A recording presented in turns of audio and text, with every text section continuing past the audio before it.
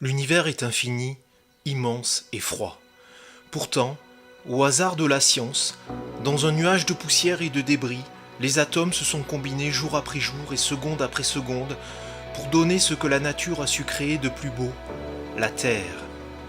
Des paysages d'une splendeur incroyable, des lacs, des rivières, des poissons, des oiseaux, des animaux vivant dans des forêts magnifiques que l'homme essaie et parvient à détruire inlassablement, poussé par une envie folle, invisible et incontrôlable.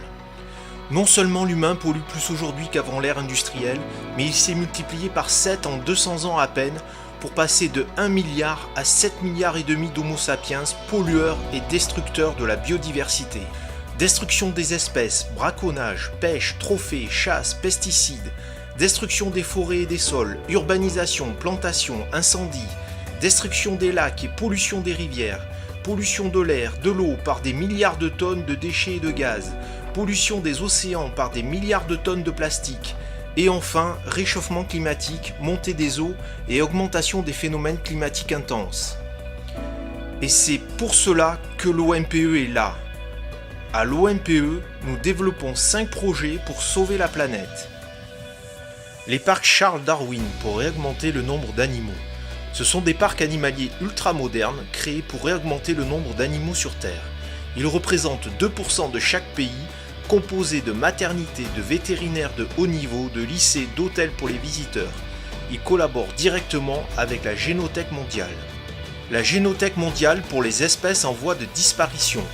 La Génothèque stocke physiquement et informatiquement les génomes des espèces en voie de disparition grâce à des matériels et des équipes de vétérinaires spécialisés. La Génothèque contiendra tous les ADN des animaux de la Terre en espérant que nous puissions un jour leur redonner la vie. L'absorbeur de CO2 et de gaz à effet de serre pour le réchauffement climatique. Ce sont des panneaux filtrants de grande dimension posés à l'entrée et à l'intérieur des villes.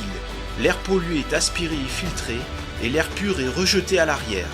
Les gaz polluants et les microparticules sont compressés et récupérés dans des cuves qui seront recyclées. Le SURF pour le système d'extinction ultra rapide des feux de forêt. C'est un système ultra moderne qui permet d'asphyxier les flammes en quelques minutes seulement à partir de projections d'azote et d'autres gaz sous pression. Il est composé de camions et d'avions propulseurs de gaz et remplacera les systèmes actuels dépassés par le réchauffement climatique. La barge géante, ces drones anti-plastique. Ces barges naviguent en permanence nuit et jour au-dessus des vortex de plastique pour récupérer tous les déchets. Chaque barge possède 100 drones reliés par radar et sonar, aspirant les déchets à toutes les profondeurs pour les ramener à bord.